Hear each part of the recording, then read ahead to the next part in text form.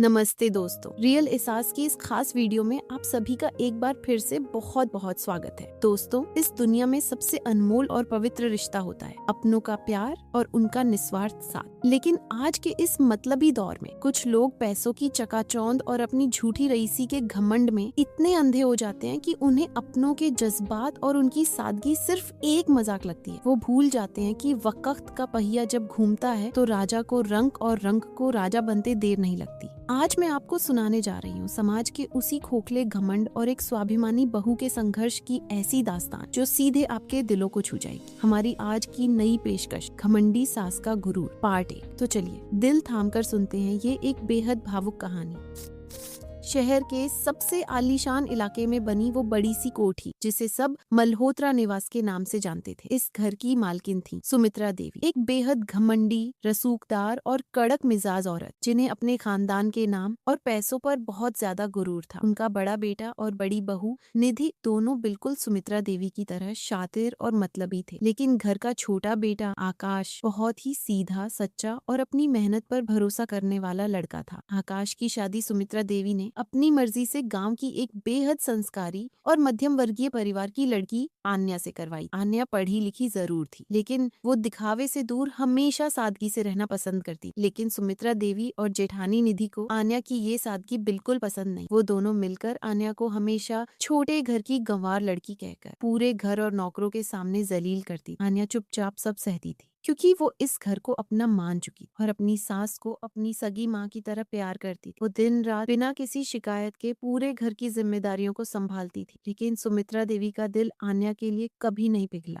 एक दिन सुमित्रा देवी ने अपने घर पर शहर की बड़ी बड़ी किटी पार्टी की अमीर औरतों को बुलाया था। आन्या ने सुबह से भूखे प्यासे रहकर सभी मेहमानों के लिए कई तरह के लजीज पकवान तैयार किए थे। पार्टी में आई सभी अमीर औरतों ने जैसे ही खाना खाया, वो आन्या के बनाए खाने की तारीफ करते नहीं थक रही थी। बड़े बिजनेसमैन की पत्नी ने सुमित्रा देवी से कहा, सुमित्रा जी, आपके घर का खाना तो कमाल है, कौन से बड़े 5 स्टार शेफ से मंगवाया है आपने? सुमित्रा देवी ने अपने घमंड में मुस्कुराते हुए कहा, अरे नहीं बहन जी, ये तो हमारे घर की एक मामूली सी नौकरानी ने बनाया है। तभी आन्या हाथ में पानी का जग लिए वहाँ पहुंची। सुमित्रा देवी ने आन्या की सादी कॉटन की साड़ी देखकर सबके सामने चिल्लाते हुए कहा, एक गंवार, जरा यहाँ और इन बड़ी गाड़ियों वाले मेहमानों के जूते सीधे कर और यहाँ बड़े लोगों के बीच अपनी ये गंवार शक्ल मत दिखा। इधर रसोई में जा और बर्तन मांज। आन्या के स्वाभिमानी दिल पर इतनी बड़ी चोट लगी कि उसकी आंखों से आंसू छलक, लेकिन उसने चुपचाप पानी का जग रखा और वहां से चली। लेकिन असली साजिश तो पार्टी के बाद शुरू हुई। सुमित्रा देवी और बड़ी बहू निधि की नजर पुश्तैनी जायदाद पर थी जो आकाश के नाम होने वाली। उन्होंने धोखे से आकाश के नकली दस्तखत करवाकर सारी प्रॉपर्टी अपने नाम कर। जायदाद नाम होते ही सुमित्रा देवी का असली रंग बाहर आ गया।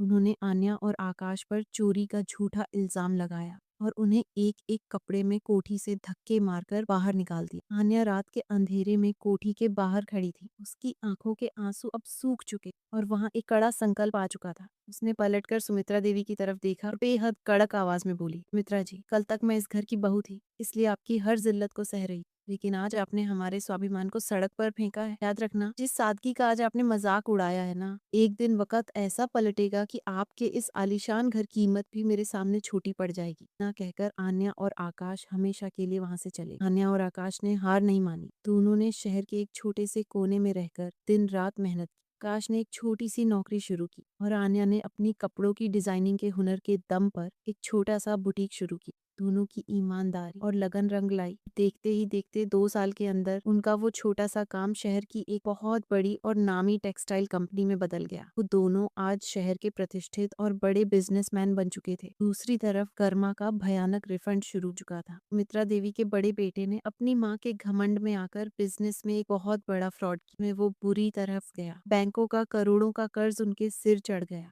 नौबत यहाँ तक आ गई कि उनकी वो घमंडी कोठी मल्होत्रा निवास कोर्ट के आदेश पर नीलाम हो गई। सुमित्रा देवी, उनका बड़ा बेटा और बहू सड़क पर आ गए। जो सुमित्रा देवी कल तक दूसरों को औकात याद दिलाती, आज वो खुद दाने दाने को तरस रही थी। एक दिन सुमित्रा देवी और निधि भूख से बेहाल होकर शहर की एक बहुत बड़ी कंपनी के ऑफिस के बाहर काम मांगने पहुंची। वो केबिन के बाहर 2 घंटे से लाइन में खड़ी थी। जब आखिरकार उनका नंबर आया और वो आलीशान केबिन के अंदर दाखिल हुई, तो सामने की घूमती हुई कुर्सी पर जो शख्स बैठा था उसे देखकर दोनों के पैरों तले से मानो जमीन ही खिसक। उस बड़ी सी कुर्सी पर कोई और नहीं बल्कि महंगे सूट में पूरे आत्मविश्वास के साथ आन्या बैठी थी।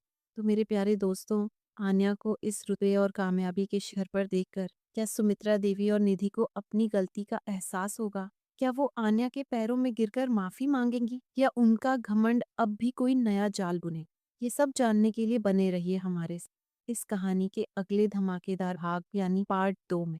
अगर आपको आन्या के संघर्ष की कहानी और रियल एहसास का ये अंदाज सच में पसंद आया हो तो हमसे जुड़ने के लिए अभी के अभी सब्सक्राइब कर लीजिए और बेल आइकन को दबाना बिल्कुल मत भूलना ताकि अगला पार्ट आपसे मिस ना हो जाए। आपको क्या लगता है दोस्तों, क्या आन्या को उन्हें माफ कर देना चाहिए? मुझे नीचे कमेंट में पार्ट 2 लिखकर अपनी राय जरूर दीजिए। आपके कमेंट्स पढ़ना मुझे बेहद पसंद। वीडियो को एक प्यारा सा लाइक और अपने दोस्तों के साथ शेयर जरूर करें। मिलते हैं बहुत जल्द इसके अगले भाग में। तब तक के लिए अपना ख्याल रखिएगा। धन्यवाद।